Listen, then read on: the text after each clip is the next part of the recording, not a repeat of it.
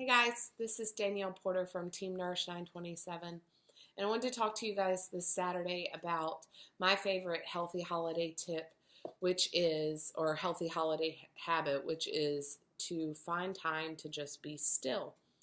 I will be the first to admit I suck at single tasking. I am horrible at it.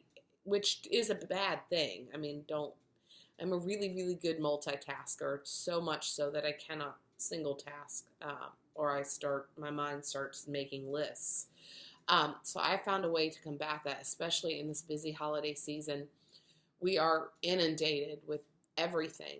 Just everything we have to do to get ready for our holiday, everything where we have to go, parties, work stuff that we still have to do, our kids' stuff that we still have to do. We are just overwhelmed with stuff, and we don't ever take time to just stand back and breathe. So if I can encourage you today to do one thing this holiday season, it's to take time to just be still. Those of you who know me know that my faith is a huge part in how I coach and why I coach and who I am as a person. And so Psalm 46 talks about being still. Just be still and know that I am God. And if you're not a religious person, I completely understand that. But for me, being still involves being with God. Maybe for you, it's involving meditation or some sort of quiet time or something like that. But mine has always been being still and knowing that I am God. And this past week has been really tough on our family. There's been a lot of outside world stuff going on, and my quiet time has become more and more important every single day. It seems like as we get closer to Christmas, I crave it even more. I crave that. I wake up early before my kids get up at about 6 o'clock, and they're usually up between 6:30 and 7. And I spend time alone by myself. Like I said, a lot of times for me, that includes prayer. Maybe for you, it's reading some sort of devotion or being quiet and meditating, or maybe your workout time is the time that you can just be still. But I would encourage you this holiday season to be intentional about finding time to be still. There's this beautiful illustration that was told to me a few weeks ago, and I want to share that with you guys. It talks about a shepherd and his sheep, and this woman who was interviewing a shepherd. And the shepherd, they walked around and they were quiet, and he told the woman, "Do not say my name. I can't speak very loudly." And she kind of was like, "Well, I don't really understand why," or whatever. And so he said, "Let me get up to the top." And so the sheep were just milling around everybody, all the sheep were just milling, eating their grass or whatever sheep eat. And they get to the top of this hill, and the shepherd speaks. And he barely even, he hadn't talked the whole walk. He got up to the very top and barely made a sound.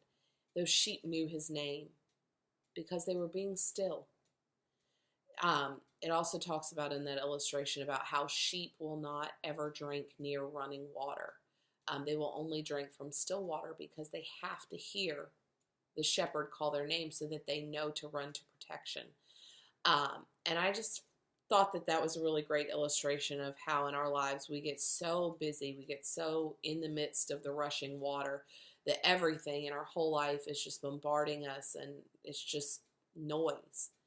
And we need to find time to block that out so that we can hear the good stuff, because otherwise the stress takes over and the kind of getting wrapped up in the stuff that doesn't matter takes over, and you need to find time to think about the things that really do matter. And so I would really encourage you today, and I guess your challenge for the day is to write in the comments below in this how you find time to be still, especially in the chaos of all the holiday season. I want to know how you personally find time to be still.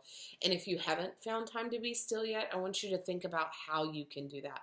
So I would encourage you, like I said, to think about when you have time for quiet time and just to be still. Another great idea that I've done a lot in the past is called a plank and prayer. So I get down in a plank position at the very end of my workout, and I just hold a plank for 1 minute. I set the timer on my phone so I'm not like, my mind isn't wandering.